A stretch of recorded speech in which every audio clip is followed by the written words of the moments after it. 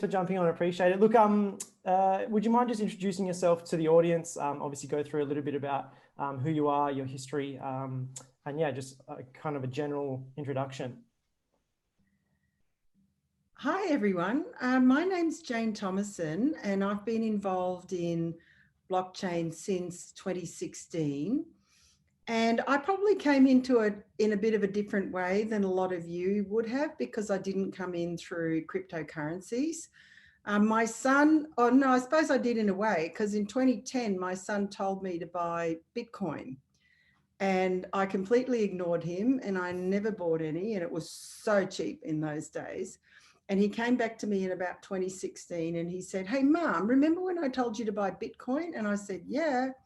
He said, "Did you buy any?" And I said, "No." And I think by then it was probably worth $3,000. And I went, "Oh." Oh, wow. But he said, "Now listen, Mum, I'm telling you, Bitcoin is built on blockchain, and that's going to change everything, and you really need to learn about it. So this time you listen to me." So I thought, oh, okay, I better listen to him this time. So I started trying to understand blockchain and reading about it and so forth. And it's a bit complicated, you know, because we're brought up to believe that we have centralized systems and so forth. So the decentralization and all the technical terms were confusing. But one day in 2016, I was just sitting there, for whatever reason, I don't know, thinking about the Banda Aceh tsunami, because this was the tsunami where 200,000 people were washed away in Banda Aceh in Indonesia. And my company had actually gone in for the reconstruction. So I'd been up there and I was familiar with it. And I just had this moment of clarity, which was, in that tsunami, no one knew who was lost at sea or who was still there in the different camps. All the land records were washed away. All the health records were washed away. All the bank records were washed away. Donors started flocking in. Money came. No one knew if it got to the right people. Human trafficking started. You know, everything you can imagine in a humanitarian setting started. And I just had this almost epiphany moment, which was, like, if all of those records had been up there on the blockchain, secured by some sort of digital ID, it wouldn't have changed the tragedy, but it would have so changed the ability to be able to reconstruct and rebuild. And it was that moment that I thought, like, I have to get onto this thing. I have to learn about this. I have to start talking to people about this, because this really is something amazing. So that's a different story, I'm sure, from the ones that you've heard. And then I went to my first blockchain conference in 2017, London Blockchain Week in January 2017. And I was like super nervous, because this was the beginning of the ICO hype, and everyone's throwing tokens up in the air and going, we're going to tokenize the sun and the space and the moon. And, you know, people were raising ridiculous amounts of money.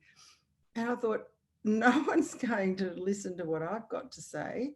But we did two things. We did a social impact hackathon as part of London Blockchain Week. We sponsored it with the Central Bank of Papua New Guinea about financial inclusion, and they have 85% of their population are not banked. Wow. And then, you know, I was given a speaking slot to talk about social impact. And I was so nervous, because I thought everyone is just not going to be interested in what I'm saying, because they're so busy making all this money out of crypto and ICOs. But I was so humbled and happy, because people just came up to me, developers and all sorts of people. They said, I hadn't thought about that. Like, that's really amazing. Can I help you? You know, how can I work with you? And so it was really from that moment, I just started saying, I need to be talking, writing, thinking, and helping people see why this matters so much. And so that's kind of my story about how I got into it. And I ended up leaving my job, and I just went out there into the universe talking about blockchain and social impact. I bought a company called FinTech Worldwide that ran Blockchain Week, FinTech Week, all around the world. We launched Digital Impact Week because this was, you know, obviously my interest in impact. And it was like just so awesome. And then we got the pandemic. So March last year, 5th and 6th of March, we ran, it was London Blockchain Week. We ran our conference. There was Crypto Compare. We went to Ireland, Dublin, on the 9th of March to talk about doing a big kind of sustainability conference there. And they cancelled St. Patrick's Day that on the 9th of March last year. Wow. And I looked at my daughter who was working with me in this company, and I said, we have to go home because they will shut the borders. And we literally went to Crypto Compare. From Crypto Compare, we went to the airport and we got on a plane and we came home, and we've been here ever since. Yeah, wow. Lucky you got back in just in time. I think they started shutting everything down like shortly after you must have got back. Oh no, we literally, because you know it takes 2 days to get home, we literally got in before the borders were hard shut. Wow. So yeah, and that's a year and a couple of days ago. So it's pretty amazing. Yeah, that's 12 months has gone very fast. We were just obviously speaking just before we started recording. And I thought it was 18 months ago. And then obviously I, calculated back, and it's not, it's only just a year, just gone a year. So time sort of flies. I find everyone has their own unique, interesting story about how they've got introduced to, Bitcoin, cryptocurrencies, blockchain. Yours is obviously quite unique in itself as well. What were you doing when you were over in Indonesia? What was the company you were running before you obviously started down the blockchain sort of route? Well, and this was what really gave me the background to think about it. So for nearly all of my life, I've worked in emerging economies, coming out of it from public health. That was my original background. And then into things like poverty alleviation and gender and those sorts of things. But essentially, I've spent 30 years of my life working in really tough places with the poorest people of the world and understanding the nature of their problems. And so it was that made me suddenly realize that now we've got mobile connectivity to 70% of the world's population. Suddenly things can change for isolated communities who are not connected in any way to the economic system and often to the government system. So I had a company, initially I actually, my first job ever when I left university was as a volunteer, Australian volunteer to Indonesia. And then I worked for I lived in Papua New Guinea for 10 years. I worked for different governments. I worked for international agencies. And then at some point, I founded my own company to do that kind of work, and then worked for 20 years in Asia and the Pacific, really undertaking this kind of work. And it was, then I sold that company to an American company that was looking for an Asia Pacific footprint, and help them grow that footprint to what they wanted. And then I just went, that's great.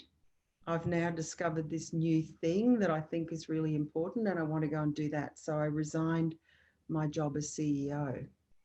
Wow, very interesting. So it's obviously had a profound impact on you, obviously personally and through your professional career.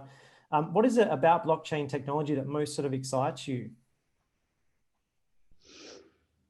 Well, I guess I have to say that I've kind of moved from the blockchain purist to the blockchain, kind of convergence, because I think blockchain ultimately will underpin so many things.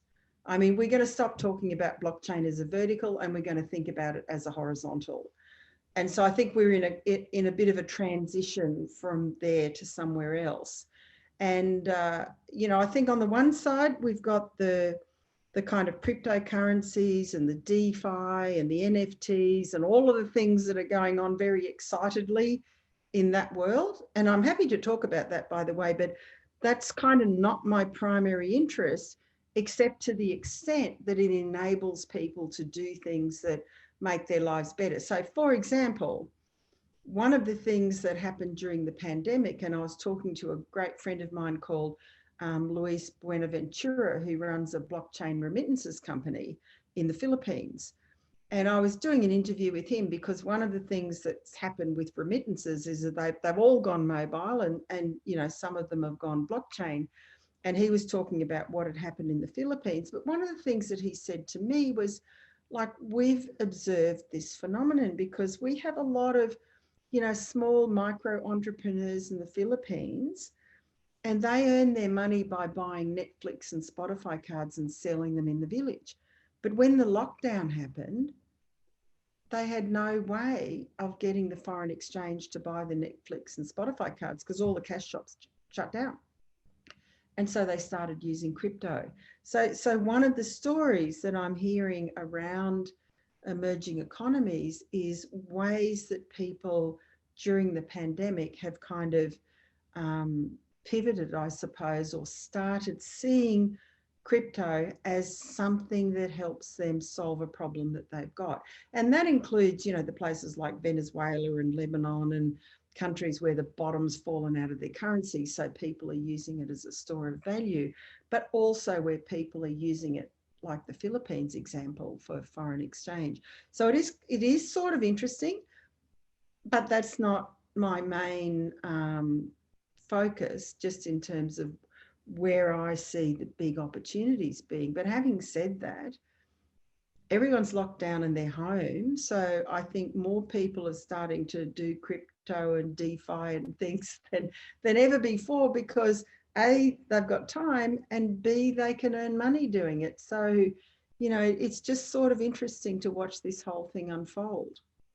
Yeah, definitely. That's a very interesting story. How were people purchasing these Netflix and Spotify cards with crypto? Is that what they were doing? So they were using like Bitcoin or Yeah, so they're Ethereum? essentially using crypto as a foreign exchange Yeah, wow. tool, so that they could take their pesos, they could buy crypto, and they could use the crypto to buy the Netflix and Spotify cards, get them back to the Philippines, and then sell them to their villages. Yeah, very interesting. It's obviously a pretty good real world example of how easy it is for someone to use obviously Bitcoin or any of the different sort of various cryptocurrencies to actually buy a real world item. Sometimes that obviously No, gets. I mean, it is really interesting. And then I think you look at companies like Electronium. I don't know if you've heard of Electronium, and that they sort of set themselves up to be, you know, a kind of crypto for financial inclusion. And they have quite significantly managed to get, I think they've got something like 4 million people have downloaded their app. Wow. And then, so they kind of built quite a big community, and then they started doing deals with the telcos, for example. So people could then swap their Electronium for airtime, you know, because what you've got to understand is people in developing countries are poor. They can't afford to buy airtime, and they can't always afford to even, you know, buy electricity to plug in their phones. And so, you know, Electronium's going, yeah, okay, we get that. So you can swap our ETN for some, you know, mobile phone cover. And then they started, once they got their community big, going, well, okay, now we'll start this thing called, I think it's called AnyTask, but basically it's a sort of Upwork variant, which is much more favorable to the people who are trying to sell their services. So people can then sell their digital services in exchange, you know, for Electronium. So it's just super interesting watching how these different projects are developing. There's another one, I don't know if you've heard of it, called Good Dollar.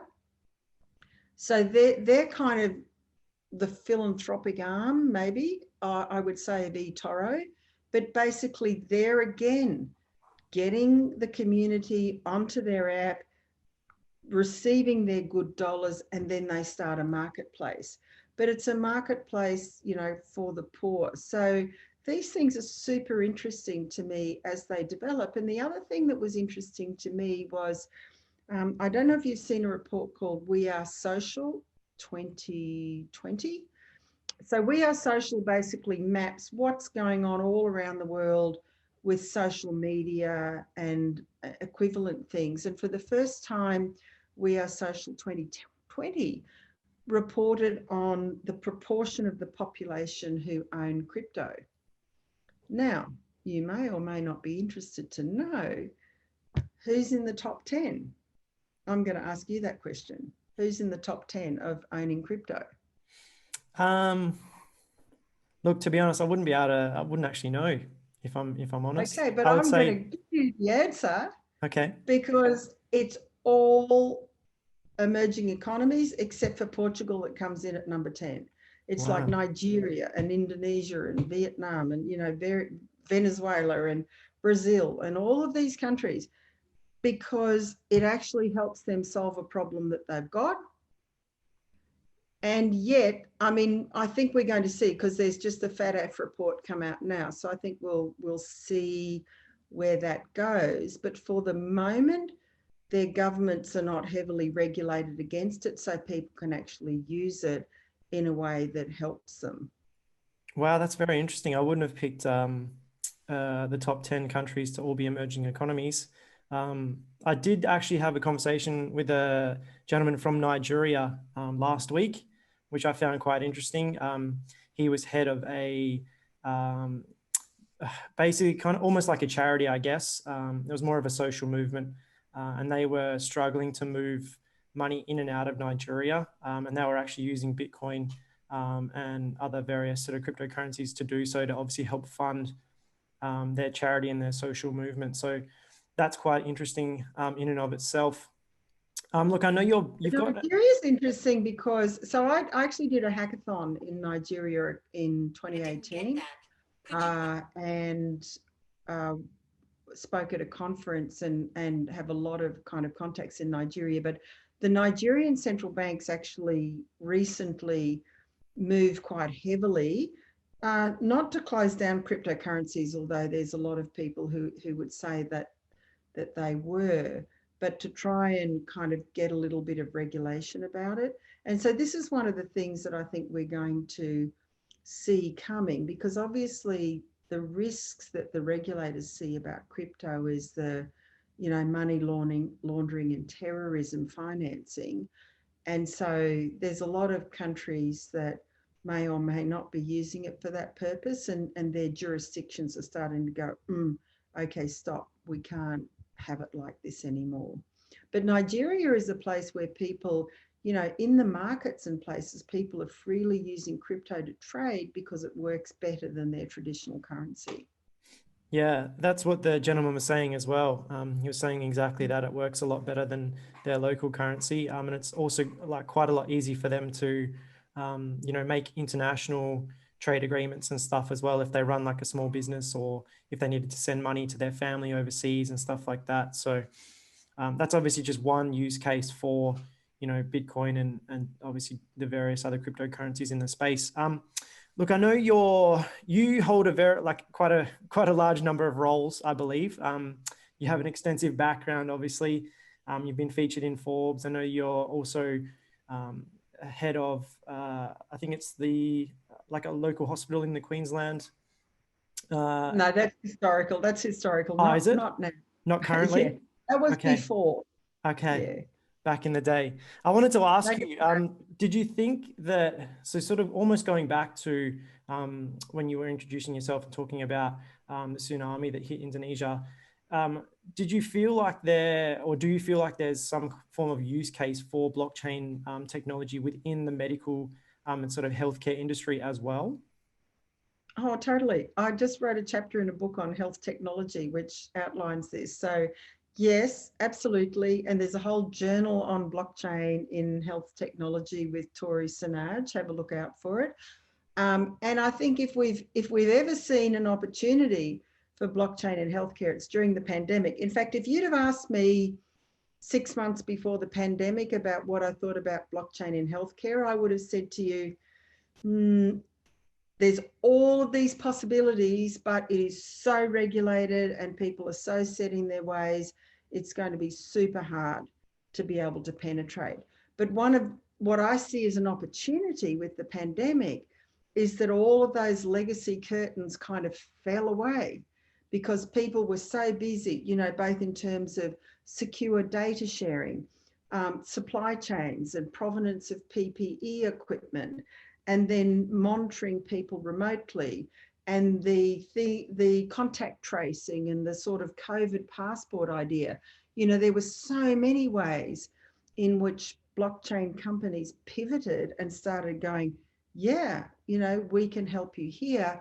And then a lot of the barriers that were there, especially in Australia and the US and the UK, just started to fall away. So I see that there's been an acceleration, not just of blockchain innovation, I would say, but just generally digital health. And I'm hopeful that this will then pave the way for a bigger movement towards looking at how blockchain and other digital technologies can really improve healthcare. And I was working with WHO just again, literally before the pandemic. I was supposed to go there when we made the decision to come home on their whole digital health agenda. So within that, there are obviously many technologies that will be used to improve healthcare, but blockchain is right in there, and I think it's going to be incredibly important. Do you think the main hang up with trying to implement all this stuff is to do around regulation? Well, regulation is incredibly important. In healthcare, it's a very regulated industry, and obviously you're dealing with really, really sensitive data, and you've got issues about privacy and informed consent. And then you also have, you know, like a whole ecosystem that's been built up to look after the people who are in the ecosystem, whether they're the insurers or the doctors or, you know, whoever. So no one wants to give that up, because it's all very good for the blockchain, you know, kind of purists to go, we'll decentralize everything, we'll get rid of the middlemen. These are real people. Like, they have spent their lives making an industry out of being a middleman. So they're not going to give that up very quickly. So I think that there's a sort of balance between the kind of utopian vision and the reality of what you're going to be able to do. But what I do think is that the pandemic has given blockchain a big leg up in healthcare. Okay, very interesting. Look, I was watching a podcast you did recently. I think it was on, is it Late Night Science, maybe? Oh yeah, that was a good one. Very good one. You mentioned some very interesting points in there. One of them I wanted to touch on with you as well. So we've just kind of spoken about Bitcoin and healthcare, but you also mentioned on that podcast that you were, you know, foreseeing that blockchain sort of technology will also have an impact on the education sort of industry. And I think in particular, you sort of said at the university and tertiary level. What did you sort of mean by that? And what do you sort of foresee happening? Okay, so again, I'm back to my convergence theory. I don't think it's ever going to be just blockchain. I think blockchain is going to be like a fundamental underpinning of so many things that happen. But I think that we're seeing the transformation in the university sector, and it's probably, again, being accelerated by being forced for people to be doing their university digitally. But it was already starting that, you know, people pay huge amounts of money to get degrees from these bricks and mortar universities. And why should they do that in the future? If someone can figure out a way that allows people to take micro courses from Professor X and Y and Z in any country, any university that they want, and receive some form of credit or acknowledgement from that, why would they just go to the University of Queensland or Harvard or MIT or UCL? They won't. And I think what people have realised is that they don't want to go in and listen to some professor droning at them in a university lecture hall. They want to learn stuff, but they can sit in their pajamas on their bed and learn that stuff just as well. They don't have to go see that professor. And then plus the other thing, I think AI is really critical in all of this, because AI is going to be able to monitor your learning and pick up where you're going well and where you're not going well and go, hey, like, you really don't get statistics, do you? I'm just going to give you this little micro course in statistics because you're not going to understand that thing you're trying to do until you learn this. So I think one thing is that the whole way that courses are delivered and constructed is going to be different. The way that people learn and their learning is monitored will be driven by data, which it never has been before. And I think those people who have some vision are going to create this kind of global ecosystem of education, because we're moving from a jobs-based economy to a skills-based economy. So, you know, I'm really interested in working in this particular sector and I want to know how to do X. Someone's going to give me a course to do that, and employers are going to say, can Jane do X? And they're going to find out from, you know, the assessment and the data of that course that I can. They'll just hire me to do X. They're not going to hire me because I've got an arts degree or a science degree or a whatever degree. They're going to go, yeah, she knows how to do social media content. I'm going to hire her. And that's going to be increasingly data driven. So I think a lot of things will change about universities. And a good friend of mine called David Schreier, who now works for Imperial College in London, he just raised a $267 million in a SPAC, which is a sort of special purpose vehicle, basically to buy an education platform that he can bring all of the universities onto that can create this. So this future will exist. In terms of blockchain, you know, I think it's got a role to play, and absolutely one of the critical places that I think it's got a role to play is in credentialing and the verification of credentials. Because just going back to the healthcare example, when I used to run hospitals and we brought a foreign trained doctor to Australia, it would sometimes take us 6 months to a year to be able to verify their credentials, because we had to go back to every single university and academic institution and get an original copy of their certificate and so forth.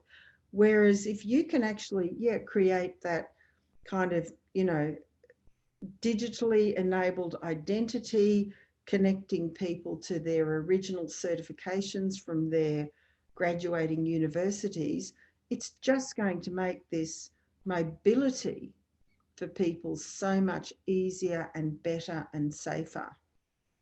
Yeah, most definitely. There's obviously quite a few different, obviously, use cases. I find the education is an interesting one for me. I find that obviously, you know, with the wider adoption of the internet as well, people obviously have way more access to the internet nowadays. They can obviously, like you've just said, jump on, do a course online, and they can obviously get qualified in whatever they're trying to learn, literally from, you know, from the seat of their lounge, which is, you know, going to become more and more common, hopefully, in the future. But I really loved, I was on I'm an advisor for the Kerala Blockchain Association, and they were launching a digital university about, I don't know, 3 weeks ago, and I was speaking to them at that time. And one of the things that was on the program was they were profiling some of the startups that had won, you know, Indian government awards to do things. And one of the startups was a startup that kind of won the Indian government award to build the equivalent of Zoom for India. But what was really interesting about this startup was that it came from a provincial city. It didn't come from a big city. And the guy was talking and he was saying, no, we don't require our developers to be engineers or, you know, university graduated software developers. They come, and if they've got skills and if they've got the inspiration and the drive to do what we want them to do, we give them a chance. Some of them have just learned it on the internet, and we say, okay, here's a problem, go away and solve that. And then if they do that, we say, okay, you can have a job. And then we just keep on testing them to see if they've got the skills to build what we want. And I think that that will be the future, because, you know, if you've got an arts degree, what do you actually know that you can do that's job ready? Probably nothing. And so I think the future will be about what's job ready that you can do, which is something that I want to buy. I think that's what the future is going to be. Absolutely. I totally agree with that. I find, you know, I think university, I've even noticed it in my friendship group, like a lot of my friends sort of either went to university or they didn't. And then out of the people that did go to university, quite a high number of people actually dropped out. They didn't finish their degree unless they were specializing in something that, you know, probably required a degree to do. So law, for example, obviously, you can't become a doctor without, you know, doing some form of tertiary education either. So those guys sort of stuck it out. But a lot of people, yeah, that were doing sort of arts degrees or very generalized, you know, even like a business degree or something of that nature, they, yeah, decided, you know, partway through that they either changed and went on to something else or dropped out entirely and moved into a completely different career. So I think, yeah, I I mean, think that's you definitely will happening. still need neurosurgeons who are actually qualified to be neurosurgeons. It Definitely. doesn't apply to absolutely every career, but I just think that there's going to be a lot more. I need someone who's got this skill to do something for me, a lot more than the, you know, like the admin assistant or the social media intern or the this or the that. I think a lot of those things, and particularly developers, you know, because a lot of companies are running their own developer training programs already, just using YouTube and video and things like that. And so I just think there's going to be a lot of different ways that you can enable yourself to earn an income. And I won't even say become qualified, because I don't know what that means anymore. Yeah, absolutely. It's very exciting. Look, are there any other like interests or passions of yours that you think, you know, blockchain's gonna you know, come in and sort of help out as well? I know we've spoken about healthcare and education, but are there any other sort of topics we haven't discussed that you think blockchain Well, I think technology? the big one, I mean, if you go like the big ones, first one is that whole identity piece, Mhm. digital identity. We don't think about it because we've got a passport, we've got a driver's license, we've got a rates notice. It's easy for us. And these aren't identities, but they're kind of, you know, things that can be built up to prove that we're us. And if you think about, you know, there's 1.5 billion people in the world who just don't have that, who don't have any form of formal identity or certification that they're them. So I think that's the first thing that it can do.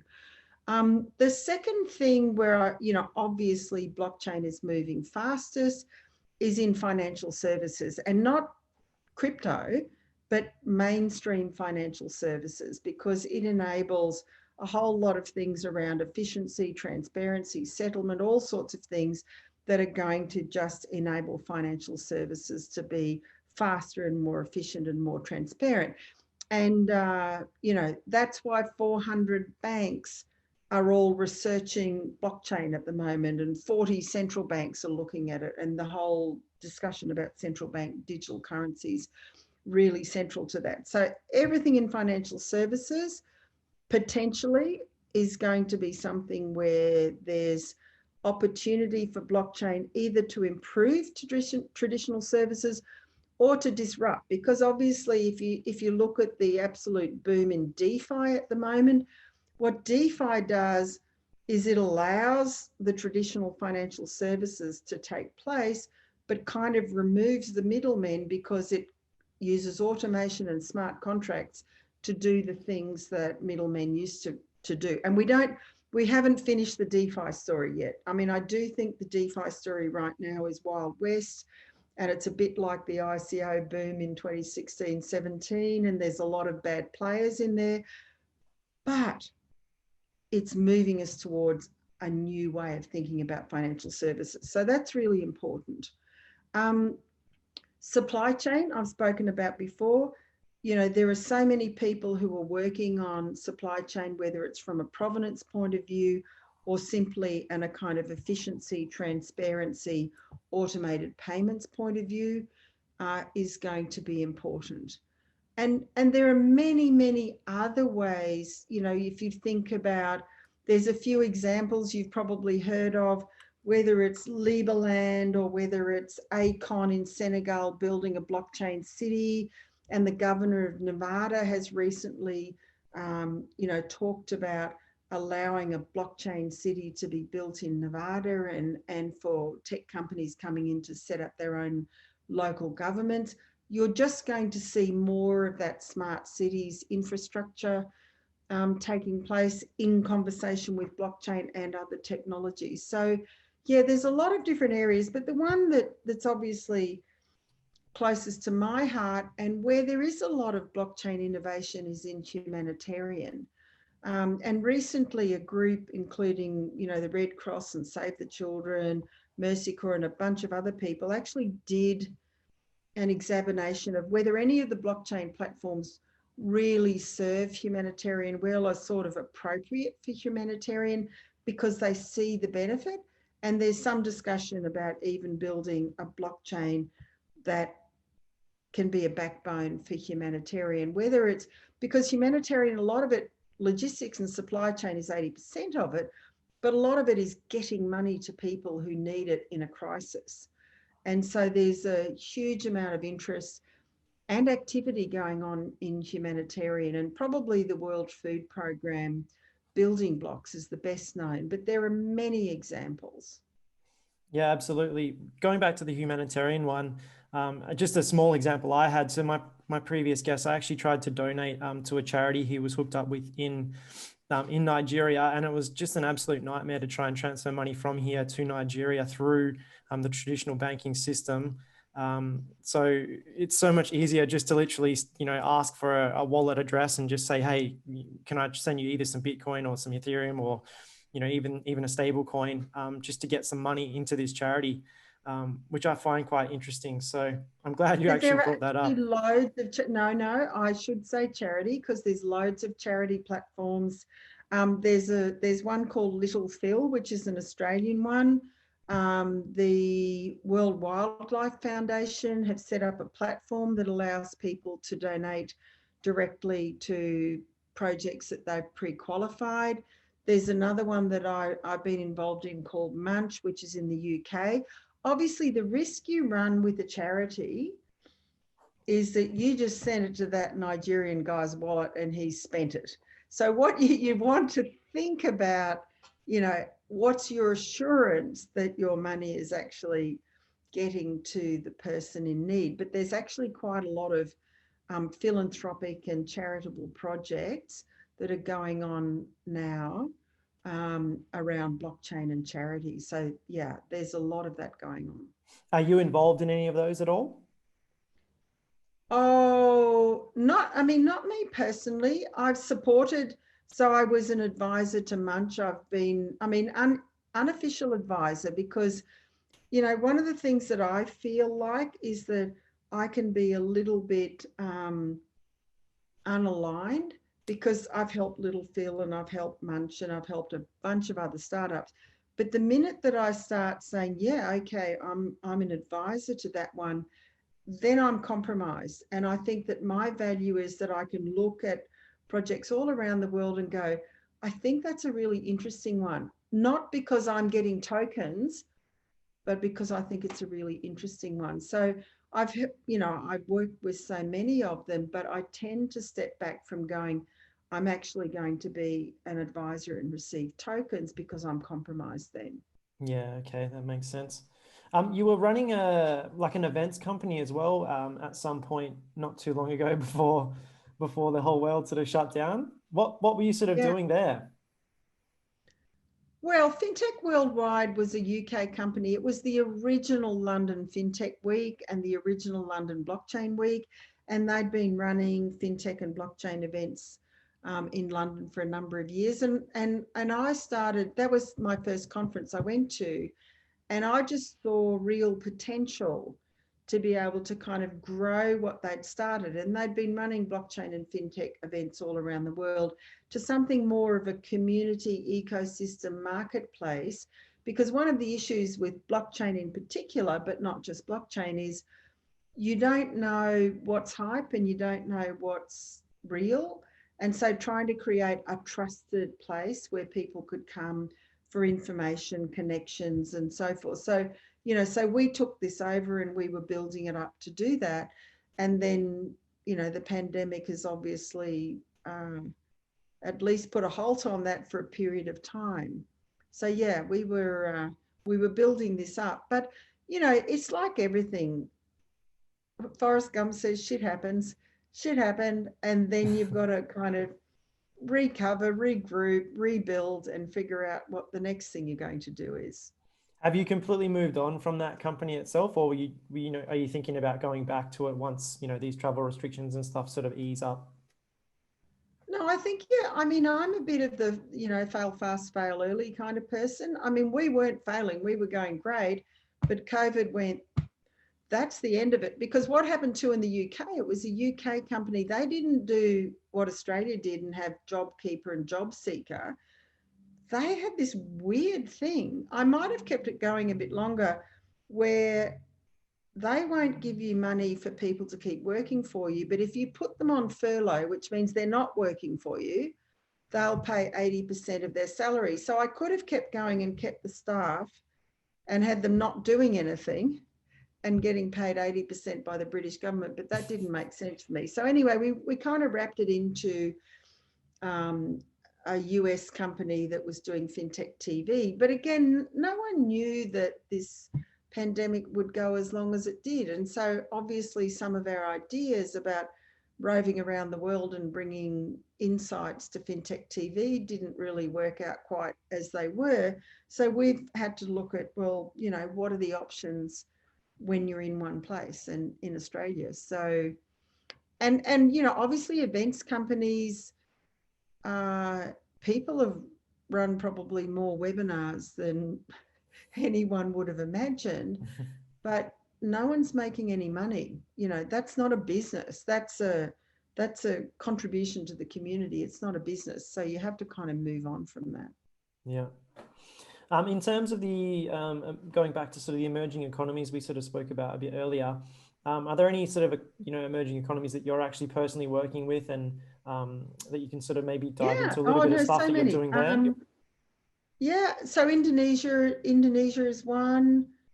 India is one. A number of countries in Africa are places that I'm working with. And again, you know, I'm either working directly with startups or I'm working with institutions like the Kerala Blockchain Association and the Africa Blockchain Institute to, you know, help them build and grow what it is they're doing. And then there's several startups that I'm working with as well.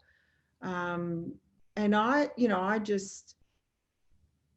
I feel that I have, you know, a kind of a level of knowledge that can help them move on. And I've built businesses before, plus I have kind of global connections, because that's one of the issues for companies that are in emerging economies. They often just can't get connections outside of their own country. So connecting them with the global community and helping them think about access to finance or whatever it is that they need is something that, you know, I really enjoy doing. And I really appreciate working with them because they're kind of living this reality that we're talking about every day.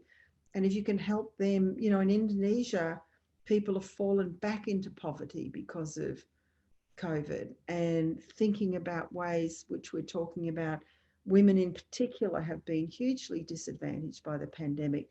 And how can we do things to help them become more digitally connected, to help their businesses survive so that they can kind of move on through this really difficult period?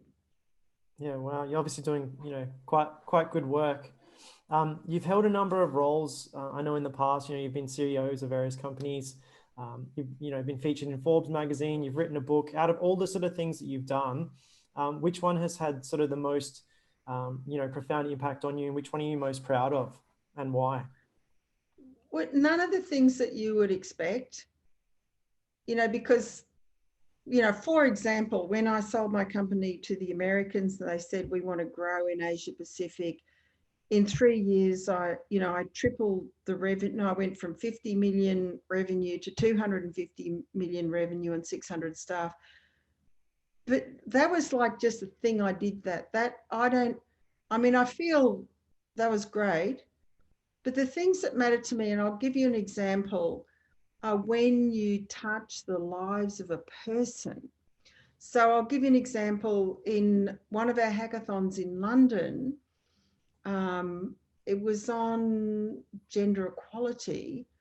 And there was this woman who came along, she was Mexican, and she sort of turned up on the Friday night and she said, oh, you know, I'm just coming to have a look. I'm not going to stay for the hackathon. I just want to learn a little bit more about blockchain. But we'd made a rule that every team had to have a woman on it. And so she actually got drawn into one of the teams because there wasn't that many women there. And she stayed for the whole hackathon and, you know, it was good. But a year later, when we did the next Blockchain Week hackathon, she turned up. Wow. And she said, I'm not coming for the hackathon. I just want to tell you that that experience changed my life. That after that, then I joined this project. Now I'm working on this startup in Mexico and we're doing this and this and this and this. So for me, it's not like I did this big thing and I made a 250 million revenue company, because that really doesn't mean anything. What matters is, for me, is when I touch the lives of people and I know what that meant. So it's all of those small things, all of that Mexican girl's story multiplied by however many people that there were. Yeah, fantastic. Look, you've written a book as well. I know I won't keep you too much longer, but would you mind just sort of giving us a bit of an overview of what the book's about? And then I've got one more question before you leave as well. Well, look, I mean, this is what COVID does to you. It makes you write books. So I wrote a book previously that came out in 2019 called Blockchain Technology and Social Change. I think that's the more important book, because that was our attempt, and I got together with some other colleagues to really try and write down why we think this is so important and what are the different areas that it's going to impact on and what are the case studies. So that was 2019. In COVID, and this really was a COVID project. So, I mean, you would forget, because I traveled the world all the time. So I was doing 30-hour flights every other week. And when you're not doing 30-hour flights and you're not commuting to work, there's a lot more hours in your day that you have to fill. So I needed to fill a lot of hours last year. So one of the things that I decided to fill it with was writing a book which was called Blockchanging the World. And this was really more the story of my blockchain adventures, I suppose, because it is just this incredible world that I became part of. You know, and if you think about it, in 2016, 2017 with the ICOs, and my daughter ended up working for EOS Block 1 that raised $4.2 billion. Wow. And so like seeing that and seeing what people did and how that unfolded, and you know, everyone dressed up as Indiana Jones and in the various other costumes that the blockchainers wear, and all of the characters and the Lamborghinis and the private jets and everything that went with it, but also still this story of increasing interest in blockchain for social impact and increasing traction. So really, I just felt that the story was almost so fantastical that I needed to tell it. And it was my story, which was completely unexpected and, you know, often weird because, you know, there is a kind of interesting on the spectrum community who are involved in blockchain. So it was really more just that, because I think so few people really even understand this fantastical world that is blockchain. In the end, blockchain is going to be mainstream and it's going to be something that none of us understand that we use, but it's come out of a social movement. It's come out of a kind of libertarian anarchistic philosophy. And there are these brilliant developers and engineers who are kind of imagining this new world. And it's just extraordinary. So that's really what my book's about. It's not so much about me or blockchain. It's just about this incredible world and this period between 2016 and 2020 that I experienced. Yeah, awesome. I'll have to give it a read. Unfortunately, I didn't have time before. Obviously, we jumped on. But I'll definitely have to give it a read. Look, I'll let you go. But before I do, for the viewers who don't know, you're actually the mum of one of the MAFS brides this year, Georgia. How has that experience been as a mother? Well, first of all, you got to understand this was a pandemic year, and I came from being like a global traveler to being locked down in Brisbane, and I had the opportunity to go to Sydney for a couple of months while there was filming on. It was great. You know, she had always been keen on, you know, being in front of a camera. She didn't apply for it. It just came up. We were walking along the bridge and she's going, Mum, look at this message I've just got off Instagram saying, would you consider being on a TV show to find love? And she wanted to do it. And I thought, this is an amazing experience. You don't often have the time and space to do something like this. So, you know, on balance, I think this has been a terrific learning experience for her. And I mean, we're just unfolding the story at the moment, so I can't tell you what happens or I'll have to kill you. Yeah, no But spoilers. it's just, no, it's great. And being a mum, I'm so proud of her. And I love the way that she went. And I get up in the morning and I read the Twitter feeds and I read the journalists who write about it. And it's just a hugely entertaining way to get through time. And it's been interesting to be on a reality TV show. So Georgia, MAFS, have a look at her. She's super amazing. And you'll just have to watch the story to see what happens in the end.